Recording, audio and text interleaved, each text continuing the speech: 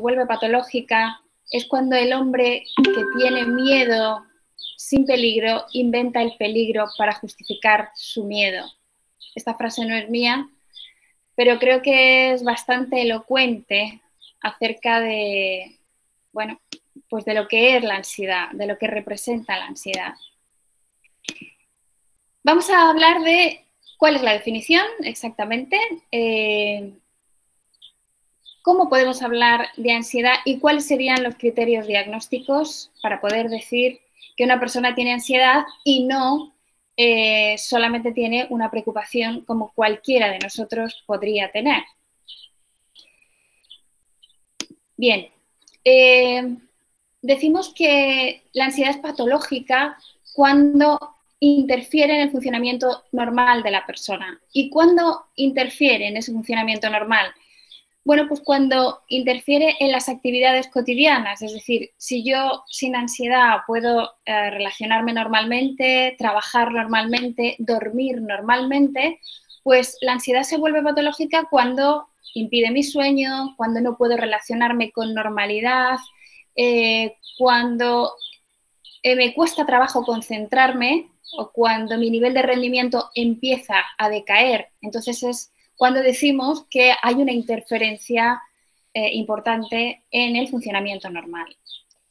También decimos que la ansiedad es patológica cuando nos resulta muy difícil o también imposible manejar la preocupación. Esto quiere decir que aunque yo quiera desconectar, voy a tener ese pensamiento intrusivo, es decir, no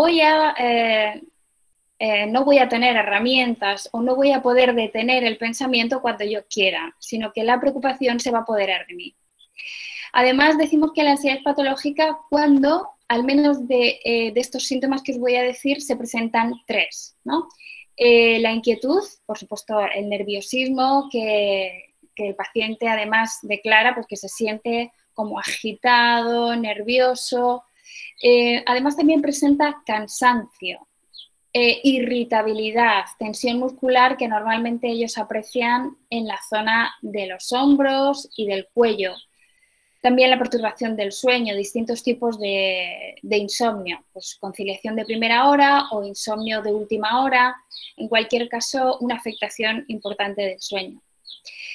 También para que podamos diagnosticar la ansiedad, pues lógicamente no vamos a poder explicarlo por otro trastorno. Es decir, si por ejemplo hay un TOC o hay otro trastorno de la ansiedad como una fobia específica, ¿no? Tenemos que descartar, hacer un diagnóstico diferencial y también ver que la persona realmente no está teniendo los efectos de una droga, como podría ser, pues, por ejemplo, la cocaína, ¿no? Que hay un efecto temporal en donde sí pueden sufrir pues síntomas clásicos de ansiedad, ¿no? También tenemos que decir que la ansiedad y la preocupación son desproporcionadas y también persistentes, es decir, que dura más que una preocupación normal. Si, por ejemplo, yo dedico a preocuparme si tengo algún problema, lógicamente, si no tengo ningún problema no me preocupo, pero las personas que, digamos, no tenemos el trastorno, podemos dedicar, teniendo un problema, pues 1 hora al día, vamos a decir, pues 40 minutos, 1 hora y media. Sin embargo, una persona con TAG puede llegar a estar preocupado más de 5 horas. También tenemos que decir que esto tiene que ser continuado, es decir, si yo estoy muy preocupada durante una semana por algo, pues no sé, puede ser por la enfermedad de un familiar, por una preocupación económica, bueno, si es una semana no podemos decir, no podemos diagnosticar un TAG. Tendría que ser al menos, o sea, que esa preocupación se cronifique durante 6 meses. Bueno, voy a compartir con vosotros, si puedo, un ejemplo acerca de por qué o de qué manera se sienten las preocupaciones. Es digamos, un espacio que se ha compartido en YouTube que habla sobre cuánto pesa un vaso, es decir, cómo es percibido un peso en función del tiempo. Bueno, aquí esta chica pues, nos pregunta ¿cuánto pesa este vaso que está sosteniendo? En realidad podríamos hacer pues, una respuesta rápida, que es la de que bueno, pues puede pesar 400 gramos, restamos el volumen o el peso del vaso al peso del agua y entonces tenemos la respuesta. Bueno, en el caso de la ansiedad esto no sucede así. En el caso de las preocupaciones, mantener esa preocupación durante mucho tiempo hace que esa preocupación pese sobremanera, pesa mucho más si es Es decir, este vaso, no sé si estáis viendo las imágenes, sí. Pues este vaso realmente sería un tormento mantenerlo durante 2 horas, 2 días, imaginaos 2 semanas y por fin hasta 6 meses. Este vaso llegaría a ser tremendamente pesado. Bien, este es un ejemplo de lo que es una preocupación mantenida. Esta preocupación mantenida es lo que da como resultado esta angustia, esta agonía de vivir preocupado. Bien, volvemos a nuestra presentación y seguimos con por la definición. Podríamos decir que la preocupación es efectivamente una cadena de pensamientos sobre algo que va a acontecer en el futuro donde no tenemos la certeza. Es decir, hay una incertidumbre sobre lo que va a ocurrir y algo muy característico que vais a identificar en vuestros pacientes es la pregunta ¿y si? O sea, se comienza esa pregunta por ¿y si? ¿Y si me muero? ¿Y si enfermo? ¿Y si pierdo mis cosas? ¿Y si mi pareja enferma? ¿Y si mi pareja me deja de querer? Es decir, usas tu imaginación, el paciente en este caso usa su imaginación para crear algo que no desea. Eso podría decirse que es la preocupación. ¿Por qué se mantiene la preocupación? ¿Por qué sencillamente no viene y luego se va? Bueno, pues hay creencias que alimentan el trastorno. Una de estas creencias sería, preocuparse es bueno, me protege, me ayuda a resolver, me prepara e indica que soy responsable. Un ejemplo de esto es algún paciente que yo he tenido que decía que para ser buena madre tenía que estar preocupada. Es decir, consideraba que dentro de sus obligaciones como madre estaba preocuparse, es decir, pasarlo mal cada vez que sus hijas salían fuera de la casa. Entonces, esta creencia hace que el trastorno se mantenga, ¿no? Y que la persona lo esté viviendo como quizá algo necesario. Otra creencia que ayuda a alimentar el trastorno es que preocuparse es malo. Es decir, si yo me preocupo, me puedo enfermar, me puedo volver loco, me puede pasar algo terrible. Ahora os voy a explicar por qué esto, es decir, incluso aunque la persona sabe que la preocupación es negativa, por qué a pesar de esto se mantiene. Tiene mucho que ver con el pensamiento intrusivo y con la evitación cognitiva. Algunos de vosotros seguro que ya sabéis que intentar evitar el pensamiento hace que el pensamiento sea todavía más poderoso. Bien. Vamos a ver también las posibilidades o cómo se multiplica el hecho de padecer trastorno de ansiedad generalizada con padecer otras dolencias, otras patologías que pueden ser a nivel psicológico y también a nivel físico. Fijaos en la cantidad de cosas que pueden sobrevenir y que además normalmente se pueden encontrar, al menos una de ellas, en estos pacientes.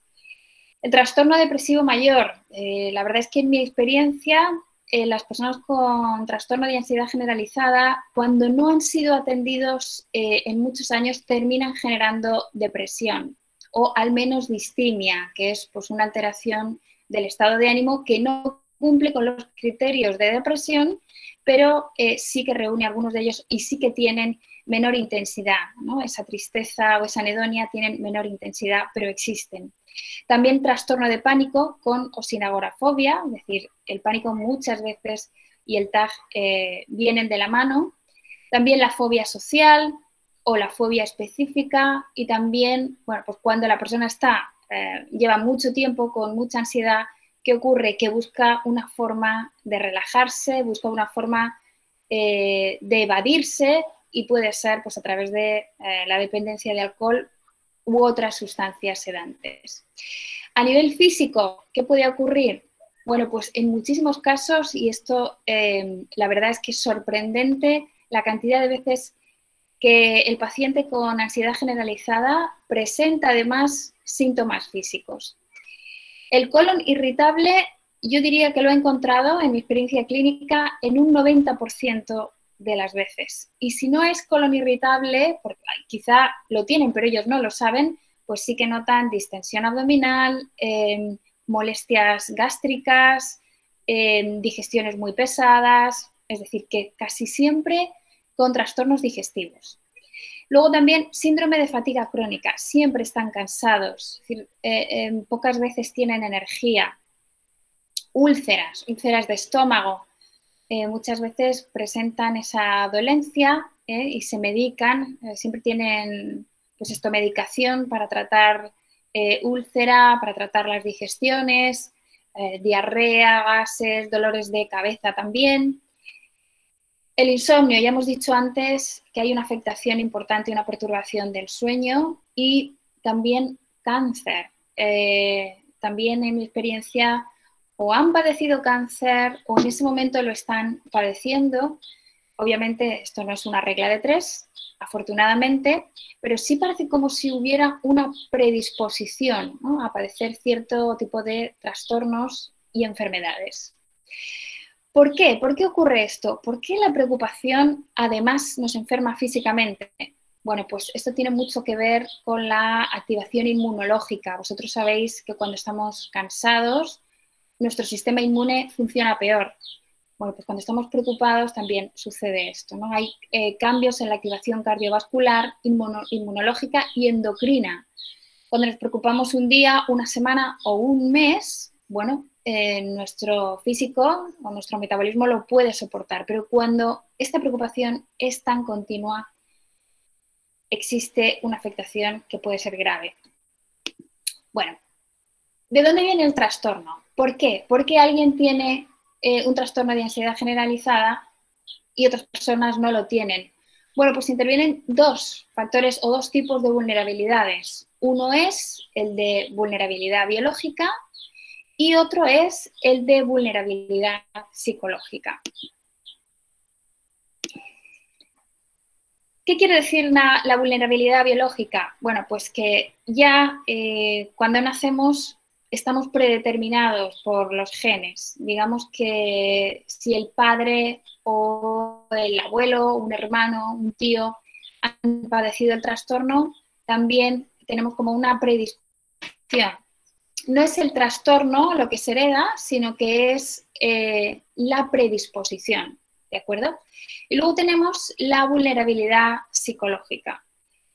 La vulnerabilidad psicológica, pues es, entre otras cosas, el sentimiento de que estamos en un sitio peligroso, ¿no? Y tenemos una percepción de ineficacia, ¿no? De que no podemos resolver los problemas, no podemos afrontarlos. Y esto, claro, si yo no confío en mí, da como resultado que estoy hipervigilante, estoy alerta. Es como, bueno, pues el soldado que sabe que está en un campo enemigo y, sin embargo, no tiene armas con las que luchar. Pues, ¿cómo creéis que va a estar este soldado? Estará todavía más asustado, más hipervigilante, tendrá todavía más cuidado. Pues aquí viene el origen del trastorno, ¿no? Es decir, pensar que yo no tengo herramientas para superar o para afrontar lo que está sucediendo o los posibles problemas que podrían acontecer hacen que yo esté hipervigilante. Bien. Bueno, voy a detenerme un segundito solamente para comprobar que estáis viendo bien la presentación y que me estáis oyendo bien.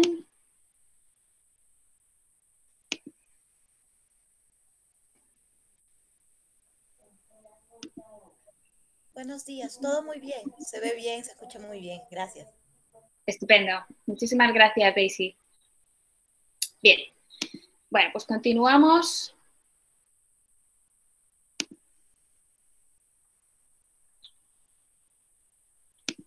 Esto vamos a pasar.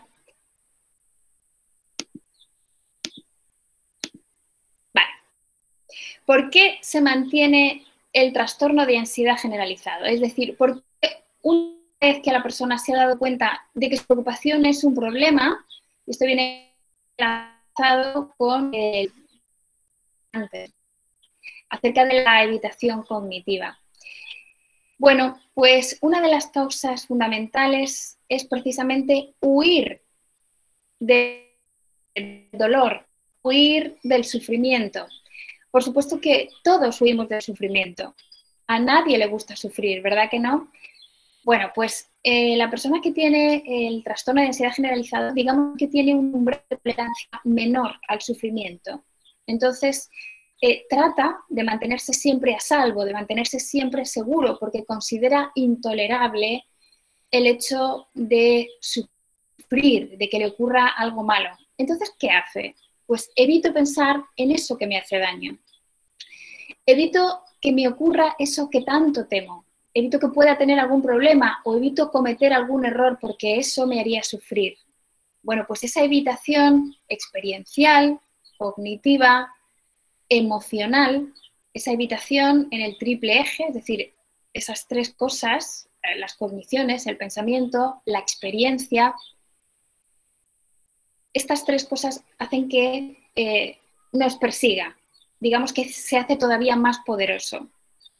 Me gusta poner un ejemplo a mis pacientes que es muy divertido porque realmente en muy pocos segundos os vais a dar cuenta del efecto que tiene la evitación. Si yo os digo a vosotros, por favor, es muy, pero que muy importante para que vosotros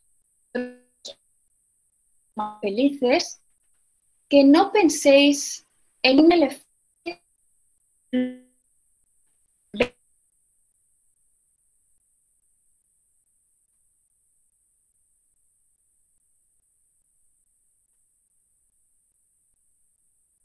Puedo que ninguno de vosotros ha pensar un elefante con lunares verdes. ¿Por qué? ¿Por qué sucede esto? Fijaos que es muy importante. Aquí hay como un muro, como hay, es una limitación o una evitación cognitiva. ¿Habéis visto el resultado que tiene la evitación cognitiva? Que directamente la imagen se apodera de nosotros. Bueno, pues cuanto mayor es la evitación, mayor es el poder de esa imagen. Vosotros todos, sin excepción, habéis pensado en ese elefante, incluso a pesar de que os lo he pedido y también de que os lo habéis propuesto, pero ahí estaba el elefante. Lo mismo sucede con las preocupaciones o con la evitación experiencial. Yo evito algo, bueno, pues ese algo resulta que aparece con... También otro factor de mantenimiento del trastorno de ansiedad generalizado es que se cree que la preocupación es un elemento de protección. Es decir, si yo me preocupo, lo que va a hacer es que voy a estar protegida, voy a poder prepararme si eso sucede. Si yo digo, ¿y si resulta, pues no sé, que tengo un accidente con el coche? Entonces empiezo a preocupar, a ver imágenes catastrofistas, empiezo a ver o a sentir de verdad hubiera tenido un accidente, como si hubiera perdido una pierna, o como si alguien le dijera a mi madre o a mi padre o a alguien que un accidente. Bueno, esto la persona con TAG cree que le protege y le prepara. Fijaos qué disparate. Otro de los problemas o de los factores de mantenimiento del trastorno de ansiedad generalizada es que una intolerancia no solamente, como decíamos antes, al malestar, sino también a la incertidumbre. Entonces, no saber lo que va a pasar. Hay muchos jóvenes que yo he visto con este trastorno que no van a morir, les mantiene en un estado continuo de tensión. Entonces ellos lo que dicen es que me gustaría saber el día, la hora y la forma en que voy a morir, ¿no? Esto refleja o es indicativo de esa intolerancia a la incertidumbre. Todos sabemos que hay cosas que no podemos manejar, lo que va a suceder mañana, no todo en la vida se puede controlar, pero estamos acostumbrados a esto, ¿no? Porque hay ese grado de incertidumbre que todos tenemos que afrontar. Digamos que las personas con TAC es un grado de intolerancia baja. Otro de los factores de las personas con TAC de movimiento es que sus pensamientos negativos. Entonces intentan controlar el pensamiento. ¿Qué es lo que dicen? No voy a pensar, pues qué voy a decir, no voy a pensar en el examen y me voy a dedicar a ver esta serie que me encanta de, pues no sé, esta serie de Netflix y estoy tan enganchada, voy a ver la serie y voy a pensar en otra cosa. Bueno, pues ¿qué pasa aquí? Que mientras estás viendo la serie, este pensamiento, yo tengo un examen, voy a aprender, verás cuándo y tenga que, ¿no?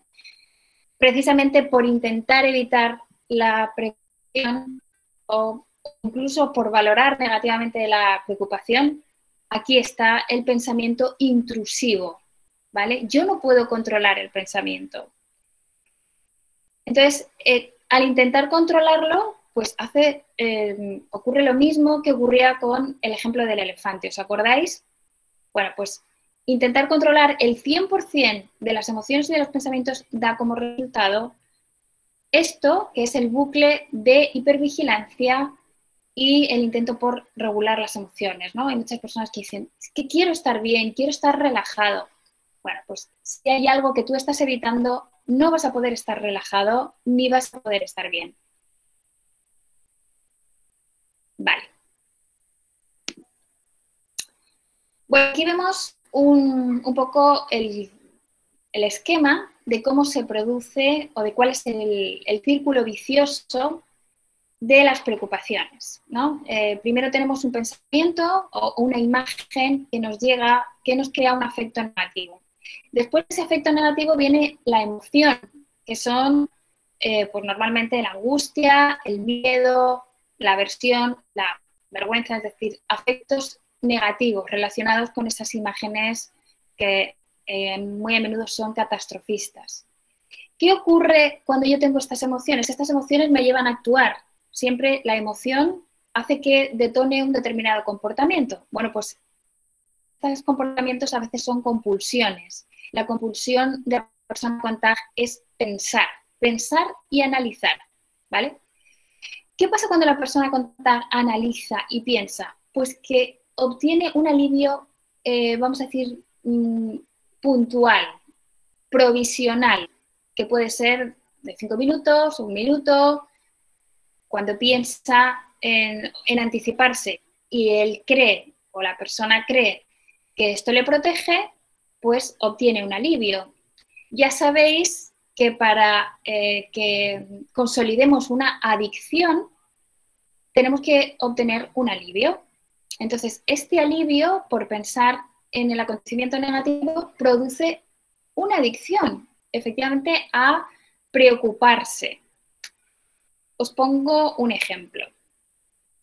Pues la persona que es ludópata, que echa moneditas en la máquina, se puede tirar un año entero echando esas monedas en la máquina sin que le toque ni una sola vez el premio.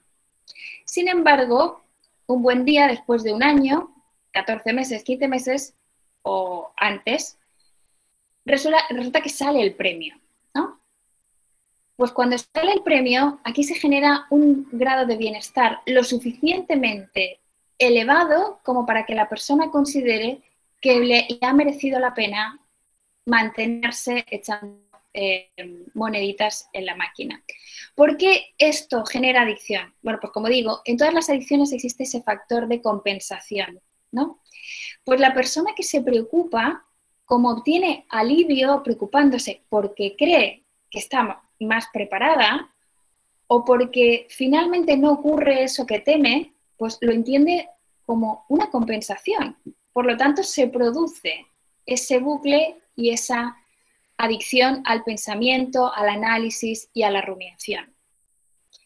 Bueno, algunas de las creencias que la persona con TAC tiene es: debo evitar las situaciones en las que pueda haber algún peligro o cometer un error, y al final ocurre que muchas personas con TAG son evitativas, es decir, evitan hacer cosas que para otros serían normales, como subir en ascensor, viajar, tomar cualquier tipo de decisión, abrirse a nuevas relaciones, emprender proyectos de cualquier tipo o cualquier cosa que sea referida a salir de la zona conocida, ¿no? Lo que llamamos la zona de confort. ¿Qué consecuencias tiene el TAG? Bueno, pues mantener ese estado fisiológico elevado de tensión, pues consecuencias no solamente físicas, ya hemos visto la diapositiva de comorbilidades, hemos visto en parte algunas de las consecuencias, ¿no? Por lo tanto, sí existe una mayor posibilidad de que haya problemas médicos. También consecuencias psicológicas, pues también comorbilidades a nivel psicológico y también consecuencias a nivel familiar e interpersonal. ¿Por qué? ¿Por qué la persona con TAG tiene consecuencias negativas a nivel familiar? Pues porque siempre están tensos, porque siempre están, digamos, hiperalerta, ¿no? Imaginaos la pareja de una persona con TAG. Pues en vez de disfrutar de una comida romántica o de un viaje, pues están pensando, pues mira, a ver si nos vamos a quedar sin dinero, a ver si nos van a atracar, a ver si nos vamos a poner malos con esta comida que nos han servido. Pues al final esa pareja empieza a tener problemas, ¿no? Y estas son las consecuencias interpersonales. Lo mismo para un amigo, para un padre, pues, otras personas se cansan de este estado de hipervigilancia. Bueno, pues vamos a pasar ya a la parte que nos compete como terapeutas. ¿Cómo vamos a detectar? ¿Cómo vamos a identificar el trastorno? Bueno, pues ya sabéis que la herramienta por antonomasia del psicólogo clínico es la entrevista clínica, ¿vale? Todas ellas, si os interesa, y os la puedo pasar. Y bueno, pues son cuestionarios, entonces se trata a través de ciertas puntuaciones verificar si esa persona tiene el trastorno o no alcanza los ítems o la puntuación necesaria para su diagnóstico. En esta detección, en esta fase, también vamos a contemplar la entrevista de Brown, Dinardo y Barlow, que es una de las que más se usan. Y para niños, obviamente, no vamos a usar las mismas herramientas, sino que vamos a usar esta entrevista de Silverman y Albano. Luego también nos vamos a entrevistar con la familia. ¿Por qué? Pues porque la familia tiene vamos a decir, una perspectiva que nosotros no tenemos, privilegiada sobre las preocupaciones de nuestro paciente. El paciente puede llegar, pues sobre todo cuando todavía no hay un enganche o no hay un rapport todavía positivo, o no tiene la suficiente confianza, no podemos saber muy bien cuál es el grado de preocupación, porque muchas veces el paciente quiere caer bien o le da vergüenza decir todas las cosas por las que se preocupa, pero la familia sí que nos va a dar información importante sobre todo esto. Luego, otra herramienta de detección es la escala de intolerancia a la incertidumbre y también el inventario de preocupación del estado de Pensilvania, la escala revisada sobre el TAG y autorregistros. Bueno, como los autorregistros, yo desde luego lo trabajo continuamente y es una forma muy prolífica de obtener información y sobre todo de personalizar el tratamiento, ¿no? Porque no todos se preocupan por lo mismo ni con la misma intensidad. Entonces, a través de estos autorregistros sabemos cuándo nuestro paciente se preocupa, cuál es el nivel de su preocupación, cuáles son las estrategias que lleva a cabo, cómo se siente, cómo valora él estas emociones. Entonces, el autorregistro es una herramienta muy poderosa y que nos da abundante información. Por último, bueno, pues se pueden utilizar también una batería para valorar también otra serie de problemas, ¿no? Como la depresión, la ansiedad y la metapreocupación. Bien, vamos a ver ya directamente el tratamiento, que en este caso yo soy orientada y especializada en la terapia cognitivo-conductual, y en el caso del TAG existen varias orientaciones. Orientación no sería correcto, sería más correcto decir varias terapias ya estudiadas y que se han puesto en práctica de distintos autores, ¿no? Entonces, lo que yo hago es coger de distintos autores para dar las máximas herramientas a mi paciente. Es decir, sobre todo cuando el paciente tiene un nivel intelectual medio, está, por supuesto, alfabetizado y además tiene una cierta experiencia en el manejo de herramientas psicológicas, porque muchos de ellos han leído sobre psicología o han intentado autotratar, pues sí que les doy muchas herramientas y esto les da una sensación de seguridad, ¿no? De cuántas cosas tengo por hacer o cuántas cosas puedo cambiar para ayudarme a mí mismo. Bueno, pues lo que hago es integrar las dos terapias de estos dos autores, que son Barlow y Borkovic. Y aquí veréis herramientas que los dos utilizan. Vale. Lo primero para una persona que está ansiosa y está preocupada, pues es ayudarle a relajarse, ¿no? Entonces, esto es muy importante en casi todos los trastornos y en la ansiedad. Particularmente, lo primero es intentar rebajar el nivel de ansiedad del paciente. ¿Cómo vamos a utilizar esta relajación? Bueno, hay muchos tipos de relajación. Bueno, está el primero en respiración diafragmática, la relajación muscular progresiva, la relajación mediante imágenes con terapia cognitiva de Beck. Y esta relajación también incluye la reestructuración cognitiva.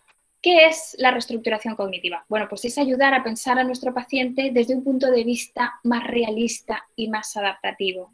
Entonces, ¿cómo vamos a hacer que nuestro paciente empiece a pensar de una forma más adaptativa, menos lesiva o menos dañina para él?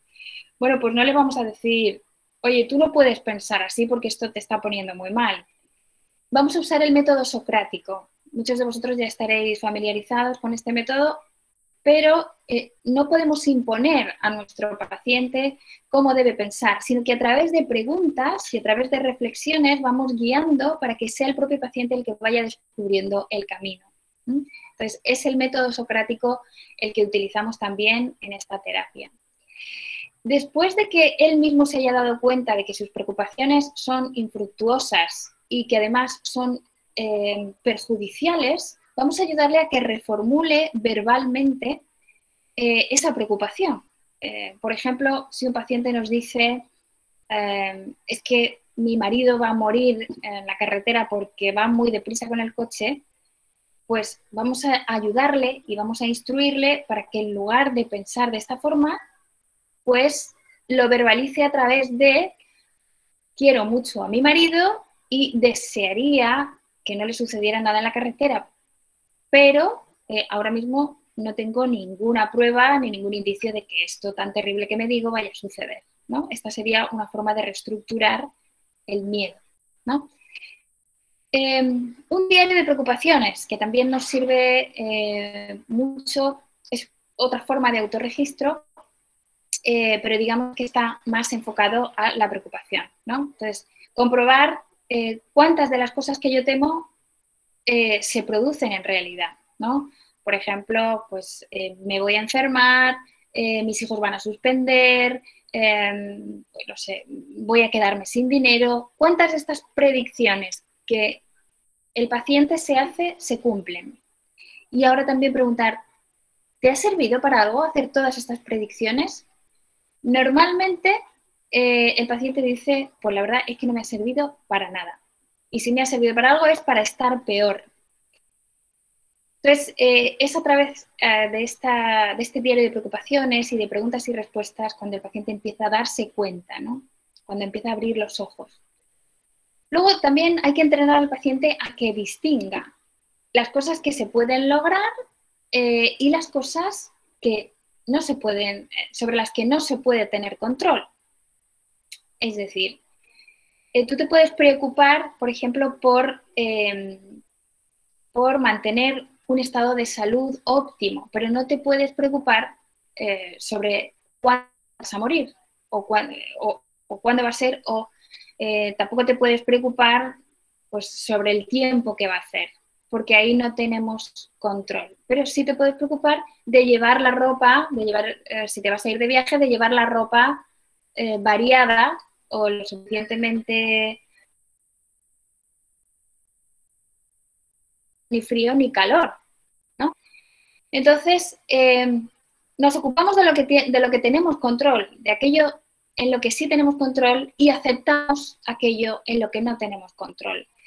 Si, por ejemplo, otro ejemplo que os voy a poner, si a mi madre le diagnostican un cáncer, bueno, ¿qué puedo hacer aquí? Si me preocupo, ¿mi madre se va a curar? No. Sin embargo, hay cosas que puedo hacer para mejorar la situación, que es pues, acompañarla, buscar los mejores médicos, intentar que coma bien. Sobre esto sí tengo un cierto control, pero no tengo ningún control sobre el cáncer o sobre la progresión de la enfermedad. También vamos a ayudar al paciente a eliminar la sobreestimación de probabilidad, ¿no? ¿Cuántas posibilidades hay de que esta tarde te vayas a morir, ¿no? Los pacientes muy preocupados por la muerte. ¿Cuántas posibilidades hay de, por ejemplo, de que tu pareja vaya a serte infiel o que te vaya a abandonar? Muchos pacientes con TAP también sobreestiman, ¿no? Y ven como si fuera algo inminente. Entonces, ayudarles a ver qué nivel de probabilidad tienen, porque terminan dándose cuenta de que es improbable, ¿no? Hacer de los pensamientos catastrofistas. Más formas de ayudar a un paciente con trastorno de ansiedad generalizada es a través de la exposición y la relajación. Cuando el paciente tiene en su mente un pensamiento angustioso, generalmente pues eso, referido al futuro y que les genera, les vamos a ayudar respirando con el diafragma, ¿vale? Y además haciendo una visualización acerca del resultado que es más probable y realista. Cuando ven que algo que les está preocupando es capaz de, vamos a decir, visualizarlo con un término más positivo, el paciente se relaja.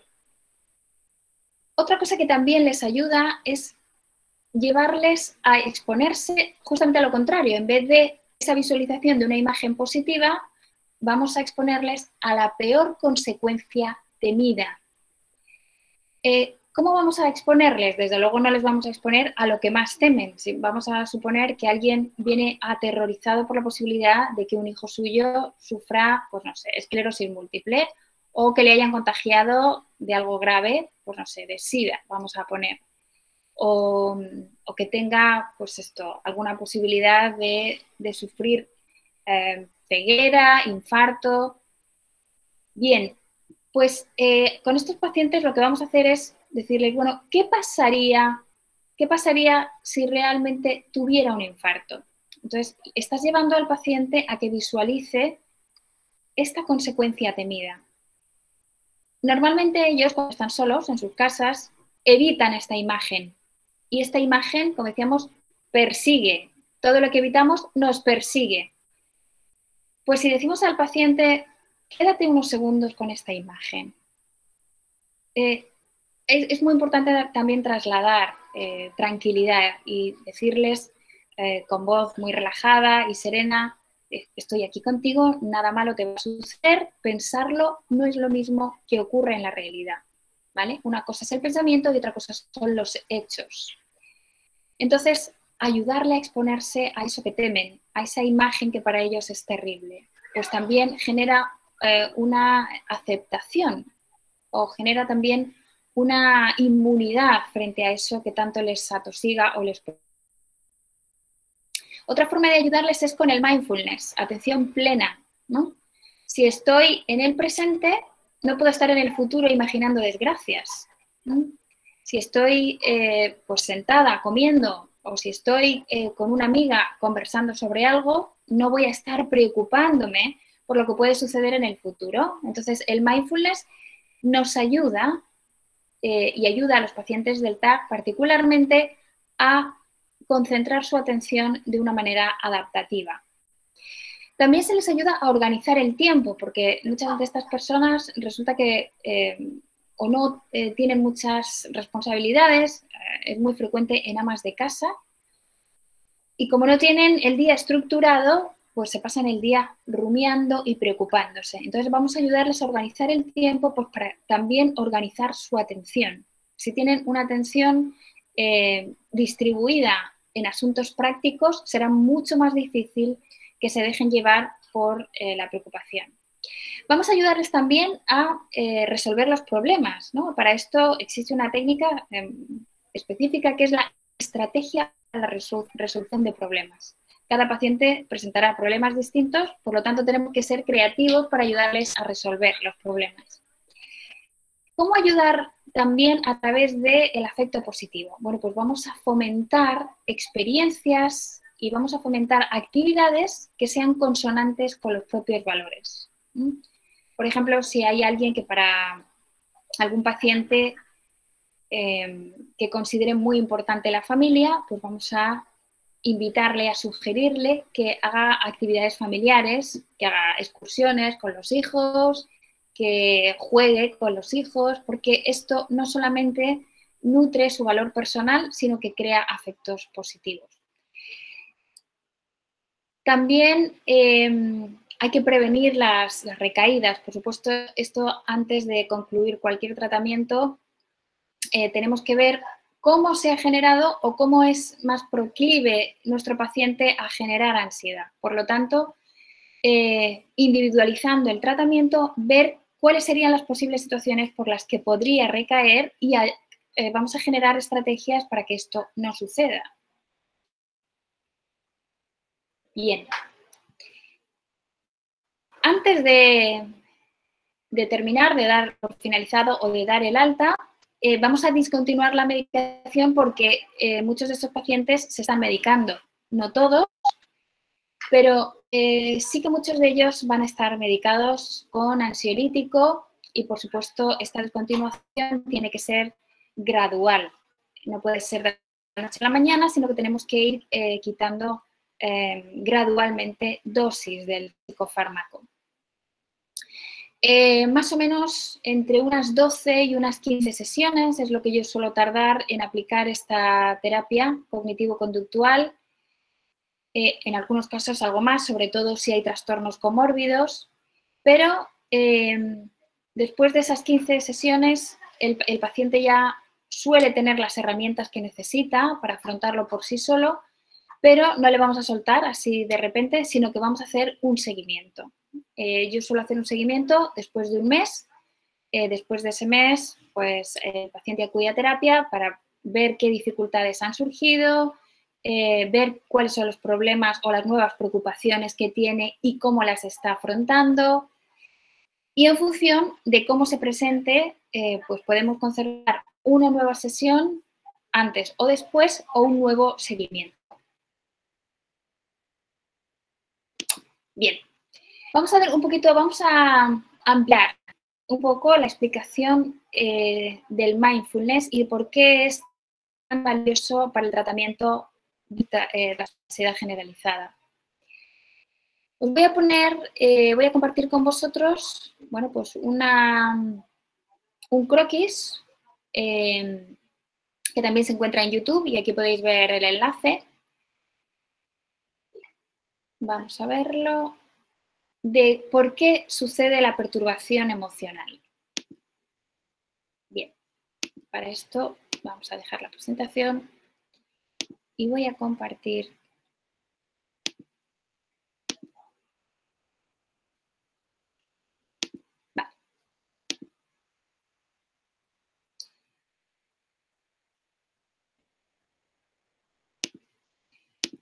Bien, tenemos que la perturbación emocional o el malestar emocional viene dado por estar en dos sitios distintos del presente, pasado y futuro. ¿Qué ocurre cuando en el futuro estamos teniendo una perturbación emocional? Hay preocupación con la pregunta ¿y si? Bien. ¿Y si me muero? ¿Y si mi pareja enferma? ¿Y si me deja? Pues esto lleva a la ansiedad.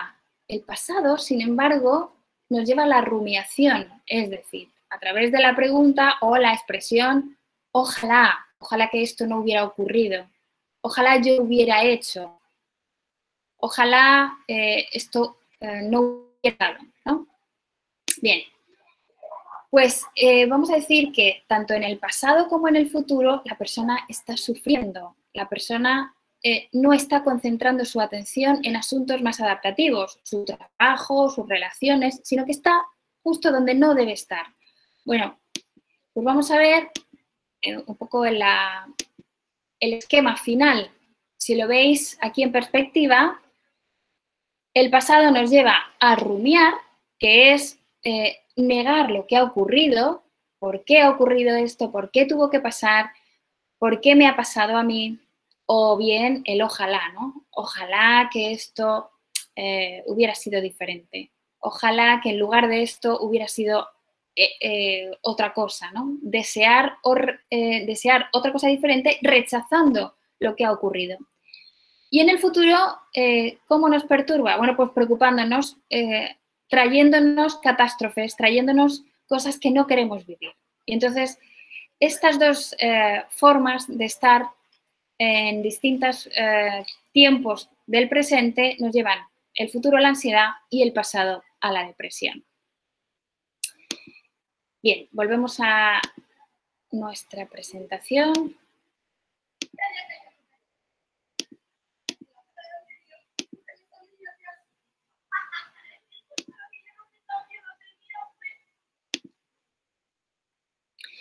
¿Veis el dibujito que yo he puesto aquí? En pasado, presente y futuro. El mindfulness nos concentra en lo que hacemos, lo que sentimos a través de la respiración, porque la respiración es la única cosa que sucede en el presente, así como el pensamiento.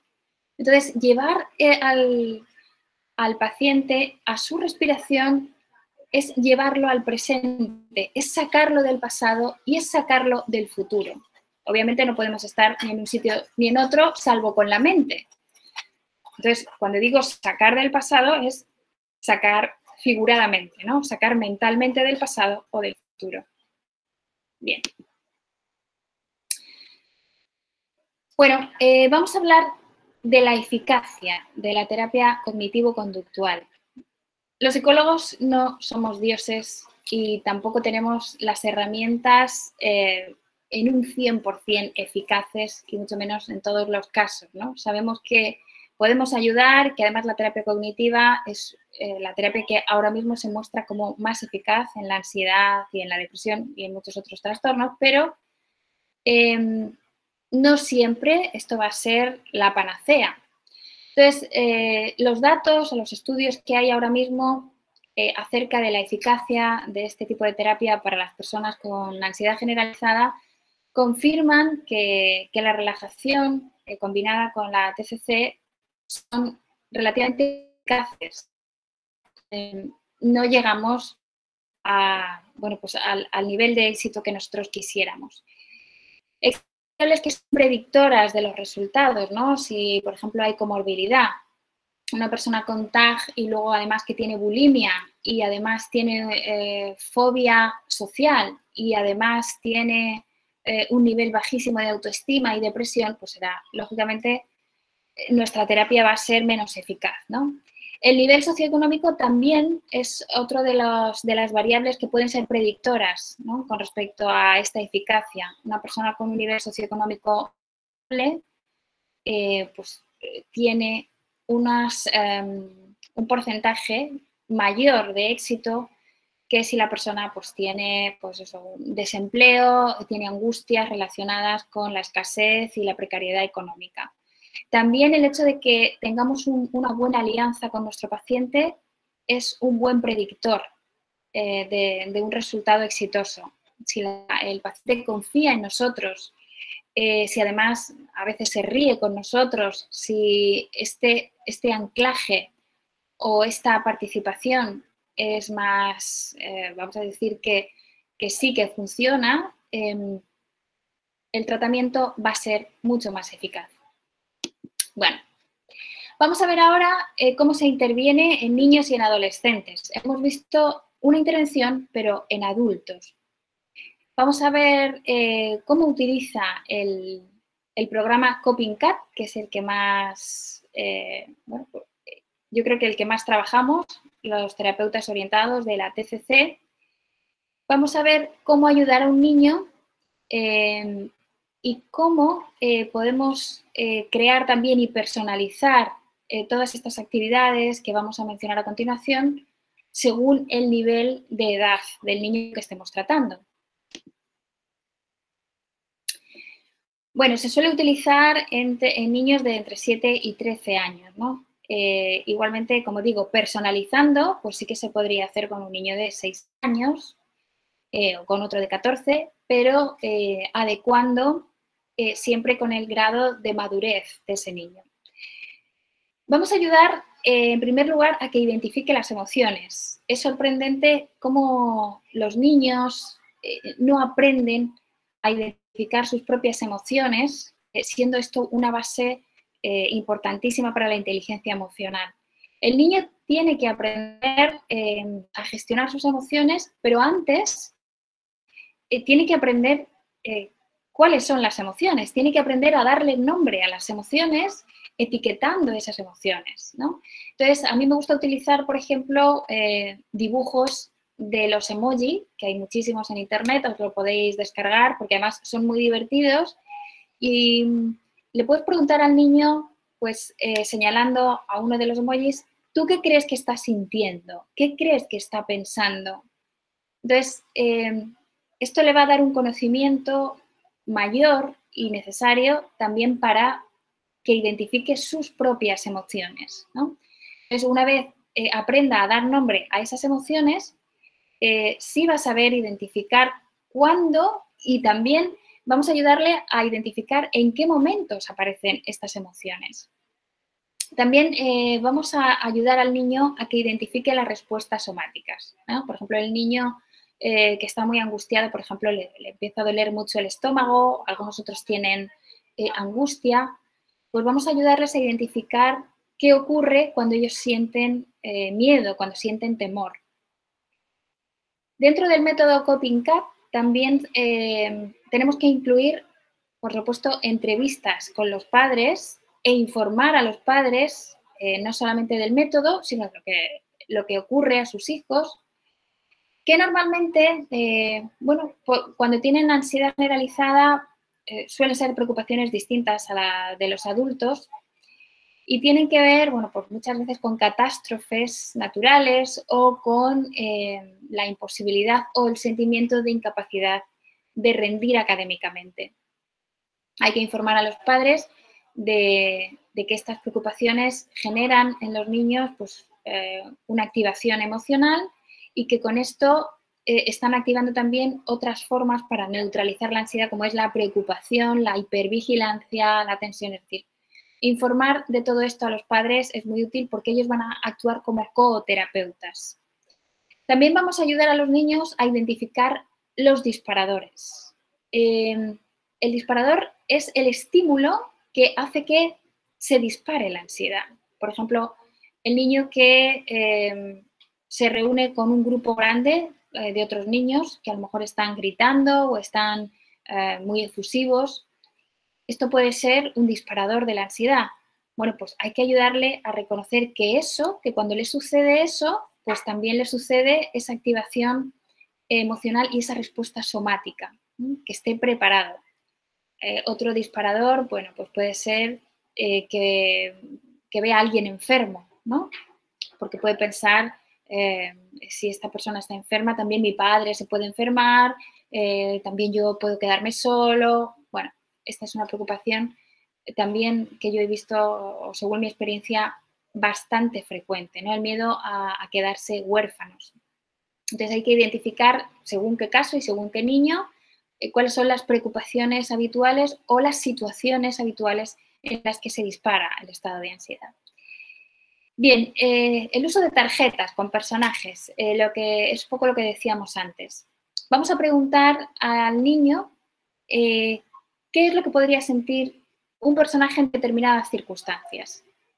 De esa forma vamos a saber lo que podría estar sintiendo él. Digamos, es un método proyectivo para valorar las emociones del niño. También preguntarle ¿qué crees que haría este personaje? ¿O qué crees que podría hacer este personaje para solucionar este problema? De esta forma, no solamente ese niño está proyectando sus emociones en ese personaje, sino que también está creando estrategias para resolver el problema. En la resolución de problemas, que también vamos a trabajar con el niño, pues vamos a establecer, por supuesto, estrategias simples y adecuadas a su edad y a su nivel de madurez. Y una vez las lleve a cabo, también vamos a estimularle o vamos a orientarle para que haya una recompensa, ¿no?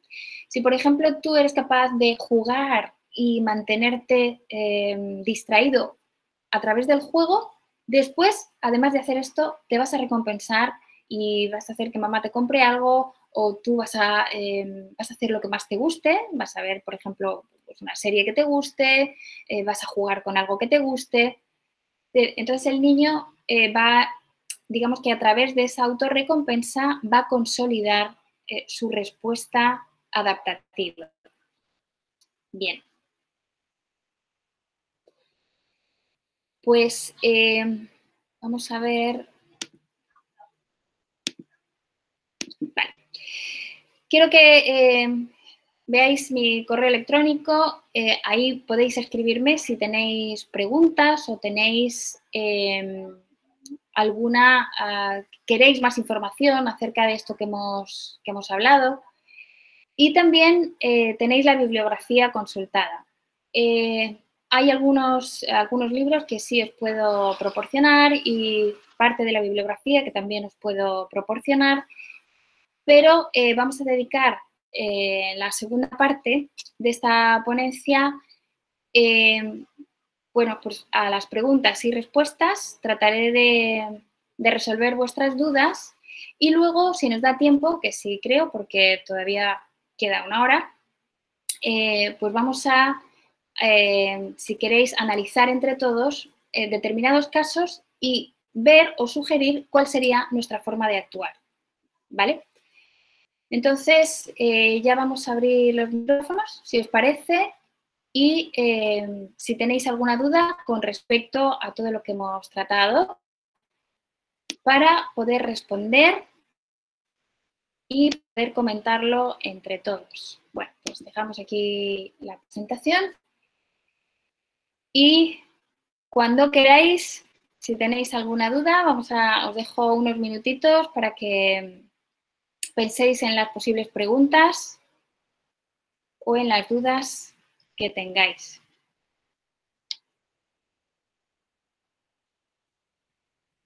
Bueno. Sí, María, tenemos una pregunta en el chat. Muy bien.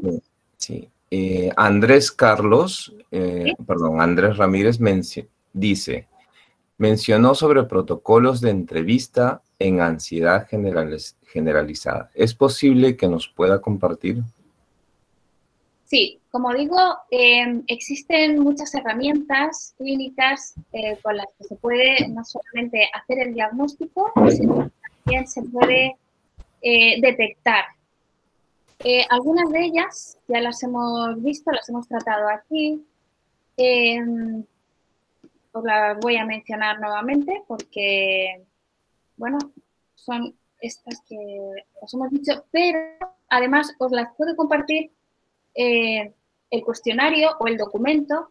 Todo esto, por supuesto, no podría caber en esta presentación ni en una sola diapositiva porque son bastante extensos. Algunos de ellos pues tiene 20 ítems, 60 ítems. una batería integrada puede constar de cientos de ítems. Entonces, aquí en esta presentación no se puede compartir, pero personalmente, si vosotros queréis alguna de ellas, no tengo el menor inconveniente en compartirla. ¿Vale? ¿Alguna otra pregunta?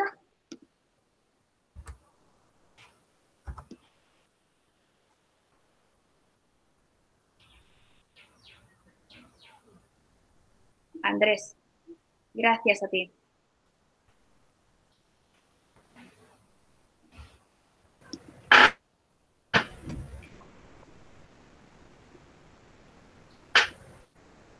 Hola, buenos días, ¿me pueden escuchar? Sí, buenos días. ¿Qué tal, María? Mi pregunta era la siguiente, ¿no? En un momento vamos a hablar sobre hablar con la familia, tener información de la familia del paciente contagio. ¿Qué pasa cuando las historias, los relatos son distintos? La familia nos comenta una cosa, nos dice, bueno, él se asusta por esto y diferente. Y en cambio el paciente dice otro tipo de temores, ¿no? Hasta puede minimizar los de la familia. Sería en ese momento el poder confrontar, llamar así, pues al paciente sin que se sienta engañado, ¿no? Ajá, vale. Pues la verdad es que me gusta mucho tu pregunta, creo que es muy interesante y creo que es algo que esto sí que tendría que facilitarse, una información que tendría que facilitarse en la preparación académica del futuro psicólogo. Porque esto nos va a ocurrir muchas veces. La familia nos va a dar una información distinta de la que el paciente nos da. Referido al trastorno de ansiedad generalizado, tenemos que creer siempre a nuestro paciente. ¿Por qué? ¿Por qué sucede esto? Pues porque la ansiedad percibida o la ansiedad subjetiva es la que nosotros vamos a tratar y es en la que nos vamos a enfocar. ¿Por qué? Pues porque el grado de angustia que vamos a intentar rebajar es el de nuestro paciente, no el de los familiares de su paciente. Por lo tanto, aquella preocupación que describa el paciente será la que vamos a dar por válida. No existe razón para que el paciente nos mienta porque él es el primer interesado en reducir ese nivel de ansiedad.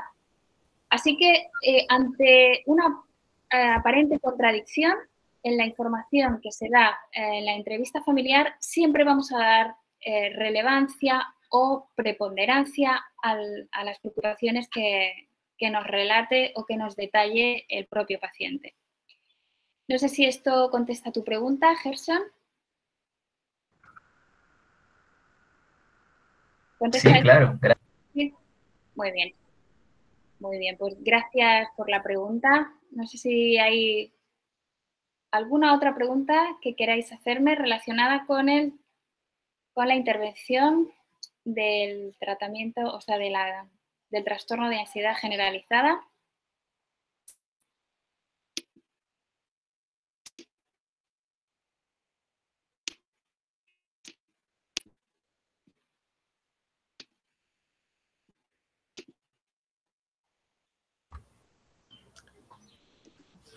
María, yo tengo una inquietud. Tal vez podrías explicarnos o comentarnos, o tal vez decirnos si hay algún paso para poder identificar esas ideas que llevan, esas ideas nucleares que llevan al paciente a poder tener siempre a permanecer en una ansiedad. Bien. Las ideas nucleares, como hemos dicho, se repiten en todos los casos. El estar en el pasado con la rumiación o en el futuro con el easy, es decir, ellos ven una posibilidad de que ocurra. También esa intolerancia a la incertidumbre. Las preocupaciones pueden ser muy variadas y muy variopintas. Esto sí que, desde luego, no podemos sacar un patrón generalizado en todos los pacientes, pero sí acerca de la forma en que se producen o en que se emiten estas preocupaciones. Como hemos dicho, bueno, pues algunos ejemplos más clásicos o más frecuentes es el ¿y si tengo una enfermedad grave? Bueno, pues la persona en realidad no está teniendo el tiempo suficiente, se da a sí mismo el tiempo suficiente para acostumbrarse y poder pasar a otra diferente. Lo que esta preocupación le genera tal nivel de malestar que empieza a encadenar unos pensamientos con otros pensamientos negativos. Si tengo una enfermedad, mis hijos se quedarán solos. Si mis hijos se quedan solos, serán infelices. Entonces imagina a los hijos infelices, a la madre infeliz, imagina el momento del funeral, imagina el momento de morir, el dolor del negativos que terminan siendo desbordantes.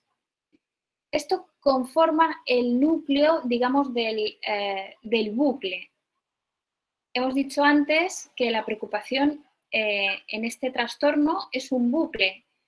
Primero viene la idea, luego viene la emoción y luego después de la emoción viene la conducta con la que se intenta neutralizar la emoción. Pues estas conductas se las llama rituales o compulsiones. En el caso del TAG, la compulsión es el análisis. Vamos a analizar todo muy bien, pero no es un análisis para resolver el problema. Ojo, porque instalarnos en la línea de acción es algo que tenemos que enseñar a nuestros pacientes. Pero ellos no resuelven, sino que se van al pasado y al futuro indistintamente sin llegar a resolver, intentando huir de eso negativo. Os pongo algún ejemplo que en mi experiencia yo he tenido y que creo que os va a ejemplificar muy bien la forma en que afrontan y en que aparecen estas preocupaciones. Una madre que durante las sesiones está teniendo a una hija llevando un vuelo a Estados Unidos, es un viaje largo, y durante la sesión le pido que ella me diga qué es lo que teme. Bueno, pues lo que teme es que el avión se estrelle. La forma que ella tiene de expresar esta preocupación es a través de imágenes impactantes de accidentes, es una catástrofe, pero le resulta tan desagradable que empieza a pensar también en si el piloto es adecuado, en la hora a la que ha salido, en la hora a la que tiene que llegar y tendría que llamar, en lo último que le ha dicho a su hija, en si estará contenta, si estará preocupada, si estará asustada. Entonces, resulta que tiene una preocupación que es que el avión se estrelle. Pero no hay una línea de acción aquí. Es decir, ¿puedo hacer algo para que el avión no se estrelle? ¿Tengo control sobre esto? Si no tengo control, acepto la incertidumbre y paso a otra cosa. Esto sería instalarse en la línea de acción. Ellos no hacen esto. Ellos lo que hacen es, digamos, visualizar un montón de imágenes o de palabras muy, muy negativas, no el suficiente tiempo como para inmunizarse, sino que van de un lado a otro. Yo digo que son mentes saltarinas de catástrofe en catástrofe. Entonces, yo a esta paciente le dije que nos concentráramos durante unos instantes en eso que ella teme, que es el avión estrellado. El avión estrellado, entonces, en ese momento, ella sí tiene una activación emocional muy fuerte. Para esto hay que estar experimentado, no podemos hacer una exposición a las primeras de cambio, sobre todo si, como digo, no hemos tenido antes muchas experiencias. Bueno, pues puse en mi monitor, la imagen, en primer lugar, de un avión dibujado. Fijaos que vamos a intentar que sea gradualmente, o sea, que la exposición sea gradual a través de ítems. Los ítems, ahora os lo voy a explicar, lo que pretenden es que esa exposición no sea repentina y pueda llevar al paciente a un shock, sino que sea poquito a poco. Entonces, él teme ese accidente aéreo. Bueno, pues le ponemos primero un avión de dibujito, de cómic, estrellándose, que es mucho menos impactante que una imagen real de ese avión impactando, ¿no? Y ya lo sería mucho más pues con pasajeros sangrando, lamentándose, pues, un titular de prensa acompañando pues eso, la descripción del accidente aéreo. Bueno, pues esta paciente en los primeros 30 segundos sufrió pues eso, respiración acelerada, taquicardia, tensión muscular, quería marcharse, quería evitar. Entonces hay que inducir al paciente a que respire, primero a que se concentre en su respiración, ¿vale? Mientras ve la imagen. Entonces, cuando ya se ha acostumbrado a ese avión de cómic, podemos pasar a otra imagen un poco más real, ¿no? Vamos a subir el y hacemos lo mismo, vamos a incitar a nuestro paciente a que respire. Yo suelo utilizar un enlace donde un fisioterapeuta enseña a respirar con el diafragma cuando estoy haciendo sesiones online. Muchas de mis sesiones son online, pero algunas otras son presenciales y enseño a hacer estas respiraciones también con una bola que se encoge y se expande, ¿no? Para enseñar lo que es lo que sería la expansión del espacio intercostal. Bueno, con estas respiraciones el nivel de intensidad decrece, ¿de acuerdo? Y una vez el nivel de intensidad de la emoción es más manejable, invitamos a nuestro paciente a que observe la imagen sin salirse de la imagen. Esto es importantísimo. Si el pensamiento se va de un sitio a otro, no generamos inmunidad. No, porque pasamos de un malestar a otro malestar sin la oportunidad de que esa exposición haya dado resultado. Entonces, tenemos que preguntar a nuestro paciente, ¿estás pensando o estás concentrado en esta imagen? Normalmente son honestos y te dicen, pues no, ahora estoy pensando en qué pensará el padre. No, pues vamos a pensar solamente en ese avión estrellándose. Cuando pasan unos minutos, el nivel de ansiedad ha decrecido a 5 o menos de 5. Cuando pongo un número es porque estamos utilizando el USA, que es unidad subjetiva de ansiedad, siendo el 1 un nivel ligero de preocupación y siendo el 10 un nivel que ellos consideran insoportable, ¿no? Entonces, en este caso que os estoy describiendo, el nivel de ansiedad tras unos minutos descendió a 5. Cuando continuamos esa respiración y esa observación de la imagen, manteniendo a los pocos minutos, yo diría entre los 5 minutos siguientes y los 10 minutos siguientes, el nivel de ansiedad descendió a 1. Es decir, habíamos pasado de prácticamente un ataque de pánico a un estado de aceptación. Fijaos lo importante que es cuando ayudamos al paciente a que no evite aquello que teme, porque cuando lo evita, su pensamiento va de un lado a otro. Esto es lo que llamamos la evitación cognitiva, ¿vale? Entonces, a la pregunta de Luis, siendo un poco más concreta, el pensamiento nuclear de estos pacientes es el easy y todas las consecuencias y todos los preámbulos del problema, es decir, dar vueltas alrededor del presente, sin tocar el presente. ¿Qué es lo que estará haciendo mi hija? ¿Cómo estará? ¿Qué le he dicho yo al final? ¿Qué le habrá pasado al piloto? Si habrá copiloto, si la línea aérea será segura, es decir, nada que tenga que ver con lo que tenemos en el presente. ¿Qué información tenemos en el presente? Pues en este caso, ayudamos a nuestra paciente a que se reconozca a ella misma sentada frente a mí, hablando.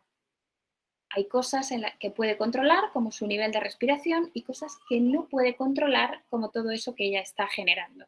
El easy. Y si el piloto ha bebido, y si mi hija está asustada, todo eso no podemos controlarlo, luego entonces tenemos que ayudarle a discriminarlo. Entonces, digamos que es rumiativo y anticipatorio el pensamiento de la persona con TAG, ¿vale? Porque se van al pasado y al futuro.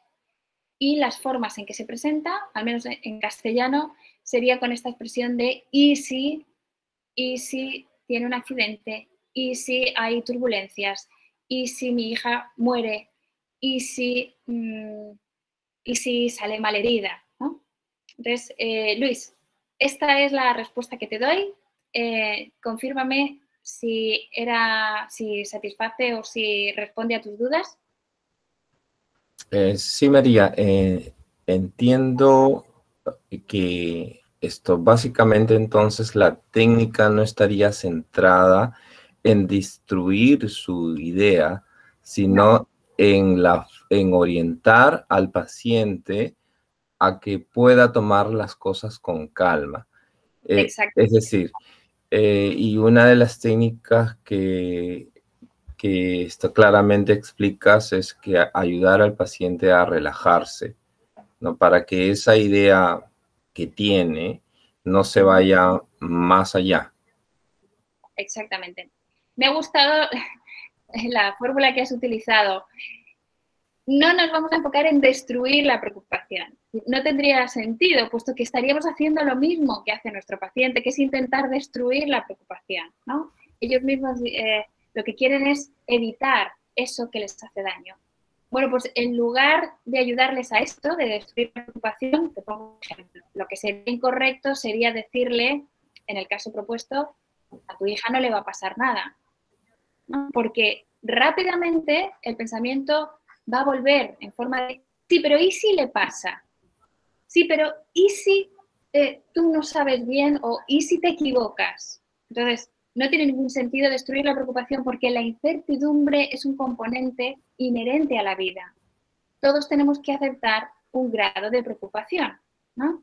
O sea, un grado de incertidumbre, perdón.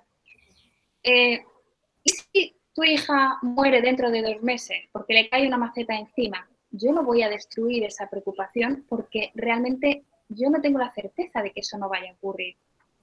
Puede ocurrir, pero voy a exponerte a eso, instalarte en una línea de acción y resolución del problema. ¿Qué ocurriría si a tu hija le cayera una maceta en la cabeza? ¿Qué podrías hacer tú? ¿Podrías proporcionarle los mejores médicos? ¿Podrías acompañarla, consolarla? ¿De acuerdo? Pues esto que estamos haciendo es justo lo contrario a lo que hace él, ¿no? Que es afrontar, mirar a los ojos, mirar de frente, aproximarnos al problema y aceptar todas las emociones que llegan con ese problema. Ok. Bien, estabas hablando también, María. Sí, gracias, María, porque, bueno, estamos direccionándonos sobre tus aportes que nos estás otorgando. ¿Qué pasa si nos encontramos ante un paciente con personalidad que es intolerante? Que es otro factor más que sumaría al hecho de aceptar sus ideas y no las quiere tener, las quiere evitar como del lugar. Esto no me puede pasar, no quiero pensar, no lo voy a hacer porque existe, ¿verdad? Entonces, Sí. obviamente tendríamos que atacar su nivel de intolerancia o tendríamos que tratar, psicoeducar su nivel de intolerancia que tiene. Sí. ¿Nos puedes dar algunos aportes para Sí. poder ayudar a estos pacientes con personalidad intolerante y que además tienen TAG? Sí. Bueno, tu pregunta realmente es lo que sería un oxímoron, porque no es posible un paciente con TAG que sea tolerante, porque por definición el paciente con TAG ya es intolerante. Es decir, tiene una intolerancia a la preocupación, al propio pensamiento negativo. Todos ellos tienen un mayor o menor nivel de intolerancia. Sin embargo, y intentando responder a tu pregunta de una forma más específica, ¿hay algún otro paciente que sí es más intolerante o que su nivel de rechazo hacia la preocupación es tan alto que resulta difícil trabajar con él? Bueno, en este caso tenemos que tener más cuidado y hacer una presentación mucho más graduada, más pensada, más liviana sobre esa exposición a sus propios miedos, aquí hay un ejercicio que yo utilizo con relativa frecuencia que se llama el ejercicio de la flecha descendente. Si alguno de vosotros os interesa, igualmente os lo puedo proporcionar o proporcionarlo a Luis para que a cada uno os lo enseñe, pero también podéis encontrar abundante información en Internet sobre la flecha descendente. Os voy a decir brevemente en qué consiste para tratar a estos pacientes con una alta intolerancia al malestar. Bueno, imaginaos que, por ejemplo, alguien teme, está aterrorizado y paralizado por la posibilidad de ser despedido y quedarse sin trabajo. De hecho, esta es una de las preocupaciones frecuentes en personas con... Vamos a ayudarle a que visualice y a que verbalice esa preocupación o esas consecuencias terribles asociadas al despido. En una primera casilla, vamos a suponer, o un bocadillo, vamos a englobar y a describir su temor. Voy a quedarme sin trabajo. Muy bien. Vale, pues vamos a ayudar al paciente a que piense qué podría pasar si te quedaras sin trabajo. Pues él te va a decir que me moriría, que sería terrible, que no lo puedo soportar. ¿Vale? Pues si es así, que no lo podría soportar, vamos a ponerlo en una flecha descendente, vamos a ponerlo otra casilla que va a explicar lo que pasaría, lo que tú crees que pasaría si te quedaras sin trabajo. Vale, no lo puedo soportar, vamos a ayudarle o vamos a incitarle a que lo escriba. Si me quedo sin trabajo, no lo voy a poder soportar. Y ahora viene una nueva pregunta, ¿vale? ¿Qué pasaría si no lo puedo soportar? Entonces, aquí el paciente es cuando abre un poco su conciencia y empieza a pensar adaptativamente. Pues si no lo pudiera soportar, me moriría. Entonces, cuando tú estás también a través del lenguaje corporal, comunicas a tu paciente. ¿Crees que te morirías? ¿Te has muerto alguna vez por algún problema o por quedarte sin trabajo? ¿Crees que podrías morirte? No, de hecho, no podría morirme. Entonces, ¿qué crees que podría pasar? Pues que estaría muy angustiado. Muy bien, pues escríbelo. Entonces, en esa flecha descendente, otro bocadillo, ¿vale? Digamos que son cadenas de conceptos, cadenas de ideas. Pues escríbelo, estaría muy angustiado. Vale, ¿qué pasaría si estuvieras muy angustiado? Entonces, el paciente se pone a pensar, pues que buscaría ayuda psicológica. Muy bien, vale, pues escríbelo. Buscaría ayuda psicológica. Damos unos segundos para que el paciente vaya digiriendo y vaya pensando, ¿qué pasaría si recibieras ayuda psicológica? Bueno, pues que creo que podría mejorar. Muy bien. Entonces, escríbelo. Si recibiera atención psicológica, podría mejorar. ¿Qué pasaría si pudieras mejorar? Bueno, pues que finalmente mejoraría. Y ahora vamos a enlazar tu preocupación, me quedo sin trabajo, con la última de las inferencias, que es, si me quedara sin trabajo, podría superarlo y podría mejorar. Esto es la flecha descendente que nos ayuda a que ese paciente que refería Luis, intolerante, se vaya acostumbrando gradualmente a esa idea del despido, ¿no? Otra fórmula, Luis, que se utiliza es la graduación en la exposición, ¿no? O desensibilización sistemática. Vamos a suponer que el paciente está muy preocupado porque tiene que hacer un viaje.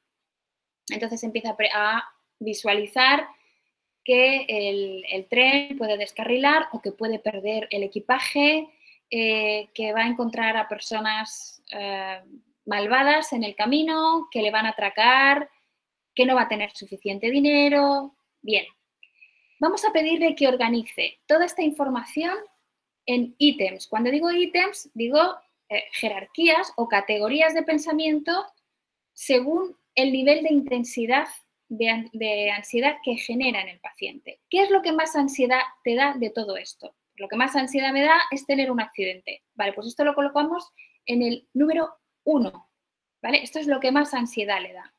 Vale, ¿qué más de todo esto del viaje, ¿qué es lo que te genera ansiedad?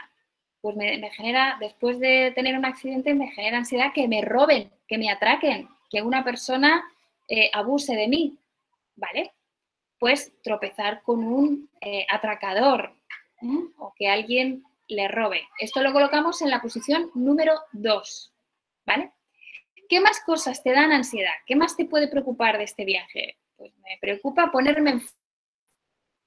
Vale. ¿Esto te da más ansiedad o menos ansiedad que, por ejemplo, quedarte sin dinero? Pues me da más ansiedad. Entonces lo colocaríamos en el nivel número 3, ¿vale? Y así sucesivamente hasta, por ejemplo, 10 o 15 ítems distintos, cotejando con el paciente. ¿Qué te da más ansiedad? ¿Quedarte sin dinero o estar enfermo? ¿O tener un accidente aéreo o quedarte sin el billete de vuelta, perder el billete de vuelta? Lógicamente, él te irá dando pues, lo que más ansiedad le da y lo que menos ansiedad le da, y le vamos a poner una escala numérica. Y ahora vamos a exponerle. ¿Cómo le vamos a exponer? Primero en la imaginación, ¿vale? Porque en la imaginación suele ser menos ansiógeno que en la realidad. Para algunos que tienen más imaginación, dependiendo de su capacidad para imaginar, pueden sufrir la ansiedad más o menos intensamente. Entonces, en la imaginación le vamos a poner en primer lugar por el que menos ansiedad representa o menos ansiedad suscita en nuestro paciente, que en este caso podría ser quedarme o perder el billete de vuelta. Vamos a incitarle a que lo visualice, a que se lo imagine. Mucho ojo con que el paciente se vaya a otra preocupación distinta. Tenemos que empujarle a que siempre se concentre en la misma preocupación hasta que haya generado una inmunidad. ¿De acuerdo? Entonces, cuando ya este pensamiento de quedarse sin billete ya le dé igual, porque ya se ha acostumbrado a él, vamos a pasar al nivel siguiente, que podría ser, bueno, pues intoxicarse o tener una intoxicación alimentaria. Bueno, este sería el nivel 9. El nivel 8 podría ser, pues no sé, quedarse o perder la ropa o perder los zapatos, perder una de las maletas. Le ayudamos a que se exponga en la imaginación a este pensamiento, y una vez el nivel de USA, acordaos de esto que os he dicho, unidad subjetiva de ansiedad, es decir, los ítems que hemos enseñado a nuestro paciente para identificar el grado de ansiedad que siente. Cuando se haya reducido a 3 o a menos de 3, vamos a ir al siguiente ítem, ¿vale? Y así hasta el nivel 1. El nivel 1, que sería ya la madre de todos los miedos, que es tener un accidente aéreo, ¿vale? Entonces, también ese accidente lo podemos escalar, lo podemos graduar en función del nivel de tolerancia, ¿vale? Es decir, vamos a ser buenos amigos de nuestros pacientes y hacerlo con muchísimo cuidado, hacerlo poquito a poco, para no asustarle, para no desbordarle, para que él vaya teniendo un sentimiento de autoeficacia y se vaya dando cuenta de, pues mira, puedo con este miedo, no era tan grave, no era tan difícil. Va generando una confianza en sí mismo y también en el terapeuta, y entonces se va dejando llevar más, ¿vale? Sin embargo, si le exponemos así desde el principio a algo que a él le genere mucha ansiedad, probablemente genere desconcierto y desconfianza en el terapeuta y no le volvamos a ver el pelo en la siguiente sesión, ¿vale? Entonces, graduar debidamente, graduar con ítems y sobre todo teniendo una actitud de soporte, de calidez, de cercanía con nuestro paciente, también de empatía, ¿no? Sobre todo diciéndoles, sé que estás sufriendo, pero esta sensación va a pasar, estoy contigo, esto no te va a hacer ningún daño, vamos a conseguirlo. Dando este soporte continuado, este feedback positivo, vamos haciendo que el paciente se vaya dejando llevar y se exponga a eso que tanto teme. Recordaos esto que os decía sobre la alianza terapéutica. Es importantísima de cara al éxito. Si nuestro paciente confía en nosotros, el éxito será mucho más probable, se multiplican las posibilidades de éxito que si no hay una buena alianza, si simplemente está allí pues porque tú eres psicólogo y ya está, tienes un título y ya está. Hay que crear ese grado de conexión, de empatía, también de simpatía, de afecto positivo, ¿no?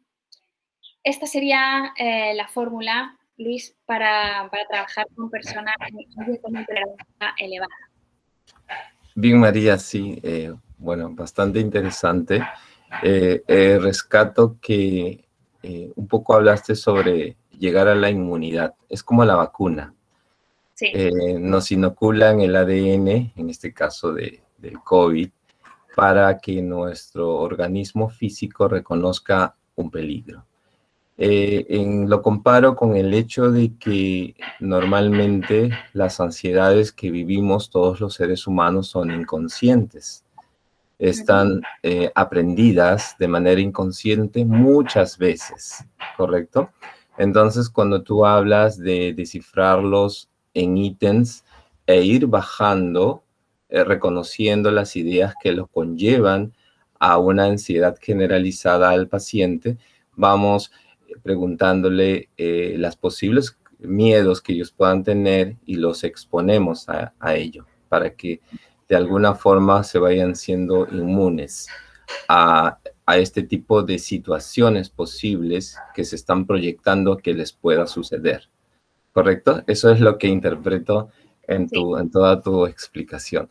Bueno, la verdad es que no me quiero tomar todas las preguntas porque son de los participantes. Por favor, me gustaría que otros participantes aprovechen este momento, este tiempo para hacer sus consultas, sus preguntas, sus situaciones. Si de repente tienen algún paciente al cual están tratando en este momento, puedan hacerlo.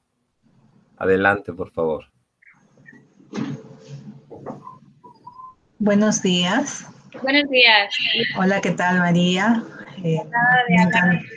Me encantó toda tu presentación y los ejemplos que nos estás brindando. Definitivamente estos tiempos para todos nosotros como profesionales de la salud, se incrementó más el trabajo bajo las condiciones que estamos. Yo te quería hacer la consulta directamente. ¿Qué pasa con aquellos pacientes que ya teniendo un cuadro hasta psicosomático o tener enfermedades reales, se les ha unido aquí todo este confinamiento? Y bueno, particularmente he atendido a pacientes que han tenido pérdidas físicas a consecuencias del COVID. Y en algunos casos preocupantes es los miedos a querer salir porque se ve el contagio por todas partes, ¿no? Hay información que llega, ahora la información está inmediata, que hasta tienes el celular, te llega y las amistades comparten videos, audios, y que agudiza más estos cuadros de ansiedad. Y ¿qué sugerencias y qué recomendaciones tú darías con aquellas personas que van a tener el proceso de hacer su vida, claro que bajo una normalidad diferente, porque ha cambiado nuestras vidas en estos tiempos? ¿Cómo percibes tú estos procesos que se pueden ir dando en este acompañamiento a las personas que realmente hay hechos reales, hay pérdidas, hay que trabajar, ha cambiado realmente toda nuestra vida, ¿no?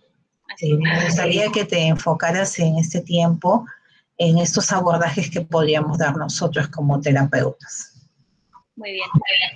Vale, Lidia, creo que tu pregunta es muy interesante, muy apropiada, con el tiempo que estamos corriendo, y es verdad que los psicólogos tenemos que entrenarnos y hacer un ejercicio también honesto con nuestra formación y nuestras estrategias para poner al servicio de la población que efectivamente está sufriendo mucho con la situación actual. Bueno, hay que distinguir dos posibles formas de preocuparse también dentro de la pandemia y a causa del COVID. Una es como lo haría una persona con TAG, que sería el ¿y si enfermo? ¿Y si muero? ¿Y si la vacuna no sirve?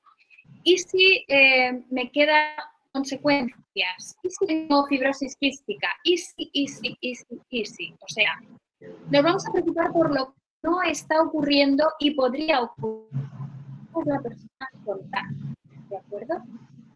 Ahora, la misma persona con TAG, imagínate que tiene un familiar que está fallecido o ella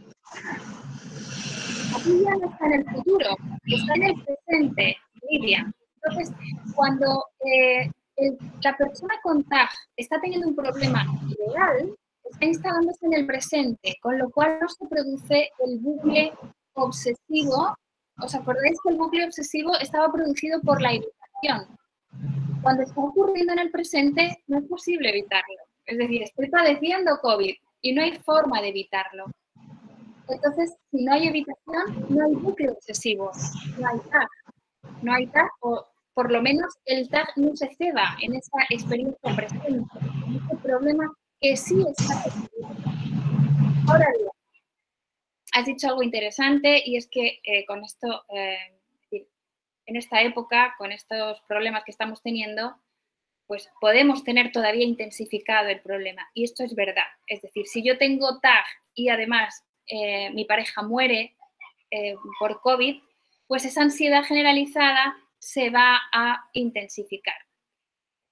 Entonces, hay, como decíamos, dos formas diferentes de afrontar el problema. Uno es rodeando el problema con el y si, o sea, todo lo que me puede pasar y todas las posibles consecuencias, oyéndome al pasado, ¿no? Y si hubiera hecho, si hubiera dicho, si me hubiera vacunado, si hubiera protegido, si no le hubiera dejado salir, ¿no? Si él se hubiera quedado conmigo, pues no le habría pasado. Es decir, estás en el pasado, en el presente.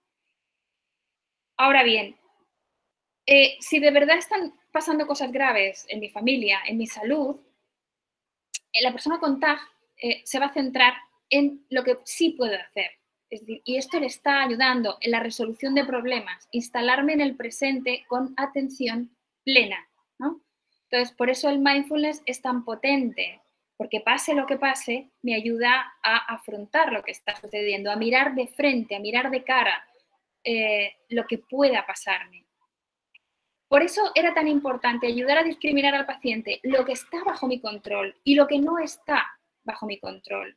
Entonces, si quieres ayudar a una persona con TAG que está inmerso en los problemas de la pandemia, vamos a ayudarle a que distinga, discrimine lo que sí puede hacer y lo que no puede hacer. Y vamos a ayudar a esa misma persona a que se sienta eficaz a la hora de resolver esto. ¿Qué puedes hacer tú para no contagiarte, para que esto no empeore?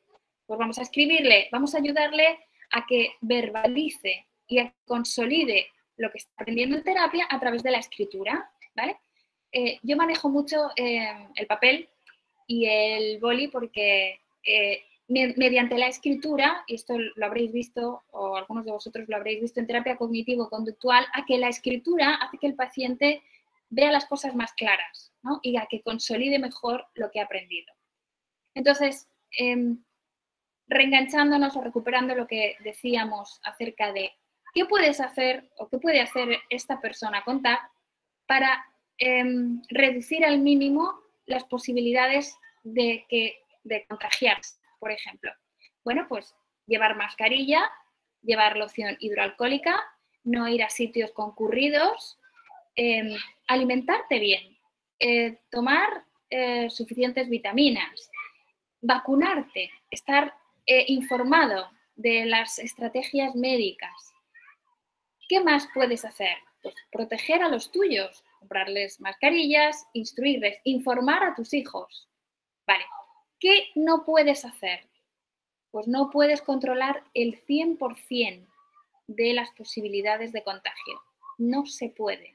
Siempre hay un pequeño margen de incertidumbre y de descontrol, ¿no? Por mucho que tú te desinfectes, aunque te bañes en loción hidroalcohólica, puedes contagiarte, ¿no? O alguno de ellos se puede contagiar. Entonces, ¿qué podríamos hacer en ese caso? Entonces, ayudar al paciente a crear soluciones, a dirigirse positivamente hacia la solución. Cuando la mente está enfocada en la resolución de problemas, ya no está enfocada en la creación de problemas. Fíjate que el paciente TAG está especializado, es un hacha creando problemas, es un crack, porque está siempre en escenarios catastrofistas y va de uno a otro, de uno a otro. Entonces, tanto al paciente que está inmerso en la problemática pandémica, como en otro que está inmerso en la enfermedad, en medio de una separación, en medio de un proceso de despido, a todos ellos vamos a ayudarles a crear estrategias para la resolución de problemas, ¿vale? Y podemos crear problemas nosotros distintos, para decir, ¿qué harías en esta situación? ¿Vale?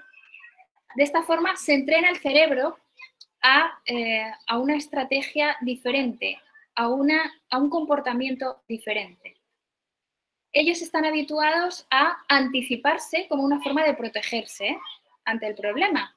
Digamos que estás automatizado, es una respuesta que ellos tienen como un chip en el cerebro, digamos que tienen conexiones neuronales que les obligan a actuar de esta manera, está automatizado.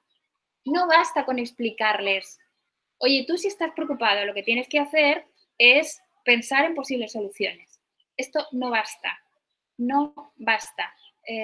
Digamos que hay que entrenarlo, hay que crear un hábito, hay que acompañarles en esto. Y cuando el paciente ya lleva resolviendo durante 20 días, 30 días, 40 días, cuando son ya expertos solucionadores, se convierte en un hábito. Pero no podemos quitar un hábito sin más. No podemos decir, oye, no hagas esto, no lo hagas, porque lo seguirán haciendo. Necesitamos crear otro hábito en su lugar. El hábito de resolver problemas. Entonces, es como el ejemplo que yo pongo es, si vamos al mar, cogemos un vasito de agua, no se queda ahí el agujero, ¿verdad? Porque hay más agua que viene a ocupar ese espacio. Lo mismo ocurre con las preocupaciones, los comportamientos y los pensamientos. No podemos decir sin más, no pienses en esto o no hagas esto cuando ya el comportamiento está automatizado. Tenemos que sustituirlo por otro pensamiento que sea realista o por otro hábito que sea funcional.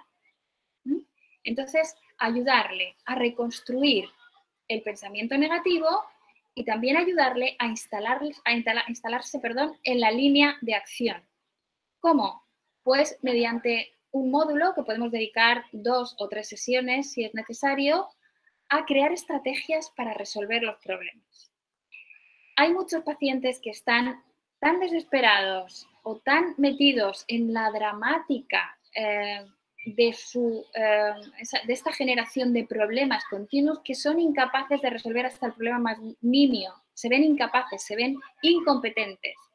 Entonces, lo que yo hago en mis sesiones es crear tormenta de ideas. Es decir, venga, ¿cómo podemos resolver este problema? Vamos a generar, aunque sean problemas, aunque sean soluciones que parezcan descabelladas, vamos a ser creativos, ¿no?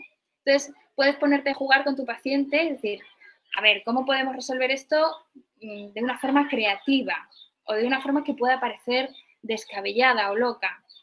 Entonces, al principio empieza con soluciones menos útiles o menos competentes, vamos a decir, hasta que ya por fin va cobrando seguridad en sí mismo, confianza en sí mismo y con mucha práctica, muchos de estos ejercicios va aprendiendo a resolver. Entonces, la respuesta simplificada a tu pregunta, Lidia, sería ayudando a discriminar, en primer lugar, lo que sí puede hacer, ¿vale?, para mejorar su situación y para prevenir la situación, y aquello que no puede hacer, ¿vale? aceptando lo que no puede hacer y lo que no tiene bajo control, ¿vale? Y actuando sobre aquello en lo que sí tiene control, ¿vale? Esto en realidad se aplica en todos los casos, pero en los casos de COVID, el que el terapeuta tenga información acerca de la enfermedad, acerca de la asistencia médica, acerca de la evolución y las consecuencias del COVID, también nos va a ayudar mucho, ¿no? Porque es información que vamos a darle a nuestro paciente y que es tranquilizadora. Para el paciente con TAC, la información es muy útil.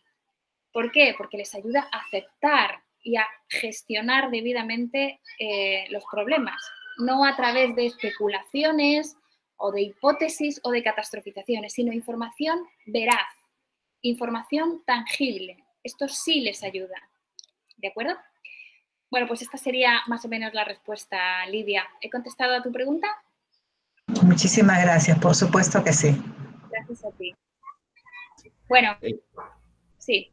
María, en el chat han dejado una pregunta. ¿La puedes revisar, por favor? Angélica Koyanqui. ¿Logras ver la pregunta? Sí, se llama... Vale, aquí veo algunas otras. Angélica Koyanqui. ¿Qué hacer cuando el usuario tiene miedo a contagiarse del COVID, lo que ha dificultado realizar sus actividades y miedo a salir a trabajar aproximadamente un año? Vale, Angélica. Efectivamente, existen muchos pacientes con TAG que su miedo al contagio les lleva a no relacionarse, les lleva a no salir a trabajar y esto hace que interfiera en su vida diaria. Entonces, la forma, en primer lugar, es a través del discurso socrático. Es decir, vamos a ver lo que es necesario para el paciente, que es trabajar, y lo que es adaptativo, que también es relacionarse, ¿no?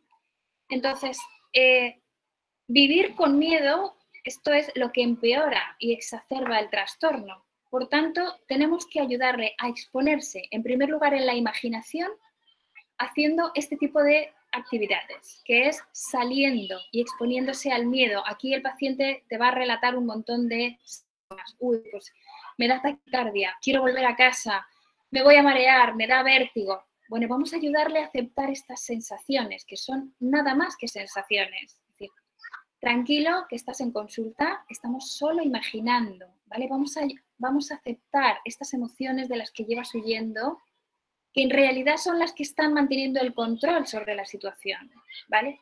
Entonces vamos a ayudar a este paciente a que acepte estas emociones al pensar en salir de su casa, en caminar, las sensaciones al pensar en ir al trabajo, ¿vale? Y esta exposición va a hacer que cree esa emoción de tolerancia. Si lo hace primero en la imaginación, será mucho más fácil que lo pueda hacer en la realidad. Todo esto después de un discurso, como digo, una discusión socrática acerca de lo que es beneficioso para él, trabajar, relacionarse, etc. Si el paciente de ninguna manera está de acuerdo con que trabajar sea prudente, tenemos que ver lo que él necesita, es decir, lo que él, independientemente de lo que pueda suceder, aceptando cierto grado de incertidumbre, lo que tiene que darle necesariamente estructura a su vida, ¿vale? Entonces, él tiene que decidir lo que es beneficioso para él o lo que es necesario y vamos a ayudarle a que se exponga gradualmente, primero en la imaginación y luego en la realidad, a este tipo de temores, ¿no? Entonces, pues yo en mi caso lo siento cómodamente en mi diván y allí a través de respiración diafragmática, también música relajante, voy explicando o voy describiendo una situación que a él le puede resultar ansiógena, ¿no? Pues sales de tu casa, coges las llaves, coges la mascarilla y sales a caminar.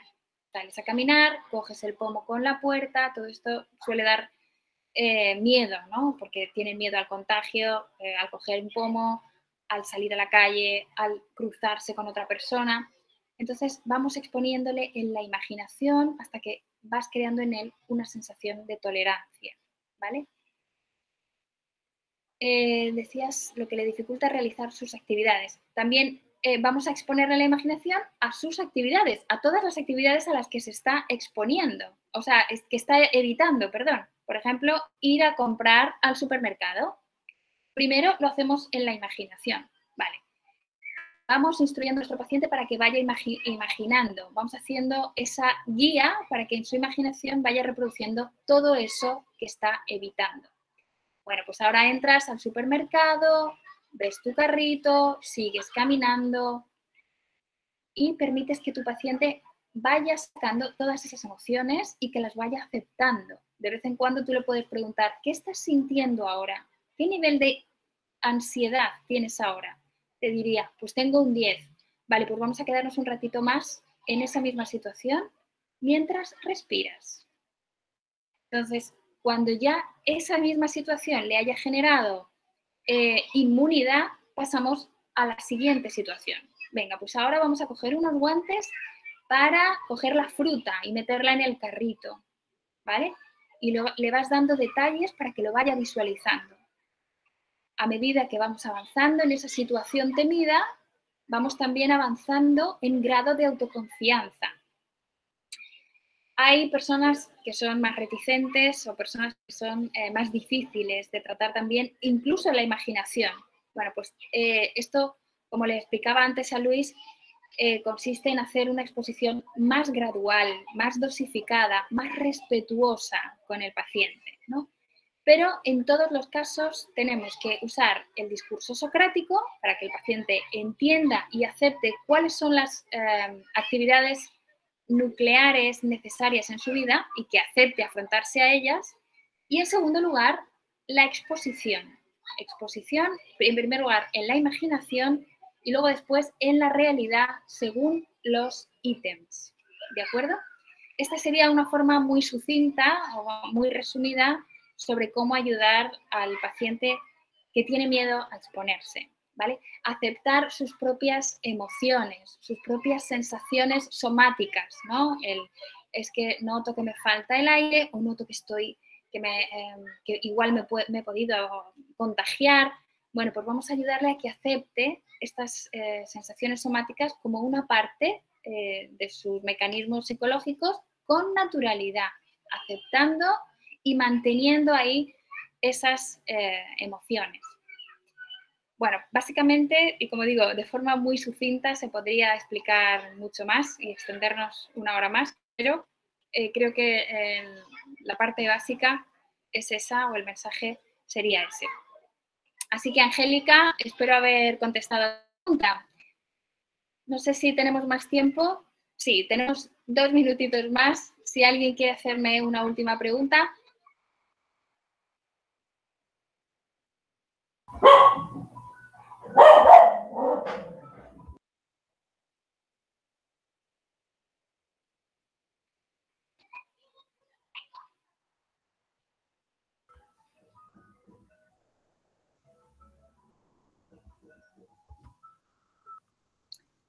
Bueno, parece que no tenemos más preguntas. Muy bien.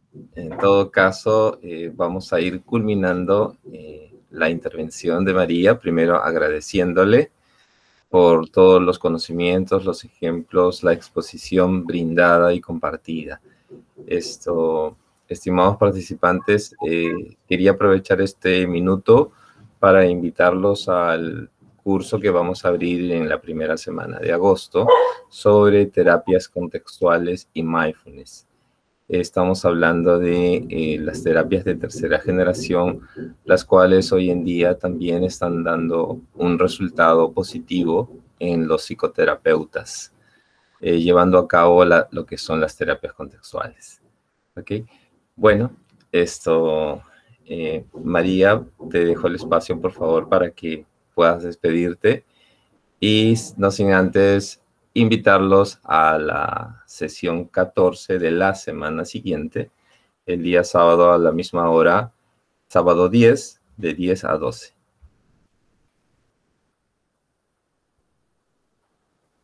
María, tu micrófono está sin audio. Sí, ahora, discúlpame. Bueno, pues decía que muchas gracias a todos por la participación, por las preguntas, por la atención que me habéis dado. Espero haber dado respuesta a algunas a vuestras dudas y haberos dado el corpus mínimo teórico para ayudaros a intervenir en el futuro en este tipo de pacientes. Como digo, es un campo muy amplio. La propia experiencia os va a ir dando todavía más conocimiento, pero serán las bases de la teoría la que os dé una cierta seguridad para afrontar a vuestros primeros pacientes. Si tenéis curiosidad por algo, alguna otra situación que no se haya mencionado aquí o alguna laguna que posiblemente yo me haya dejado porque me he centrado más en interactuar con vosotros que en daros pura teoría, que esto se puede encontrar en internet o se puede encontrar fácilmente en los libros o en los manuales, pues quería también daros parte de mi experiencia y más interacción, ¿no? Así será también en la próxima ponencia del próximo sábado, así que también os animo, si vais a asistir, a que tengáis preguntas preparadas, las cosas que más os interesen o que más dificultad os entrañen y así poder daros respuesta. Bueno, pues me despido de vosotros y deseo que paséis un buen fin de semana, que hayáis aprendido mucho y que podamos vernos en la próxima sesión. Un saludo a todos y muchísimas gracias. Gracias. Muchas gracias, María. Muchas gracias. Gracias. Muchas gracias, María. Muy bien, buen fin de semana. Hasta otra.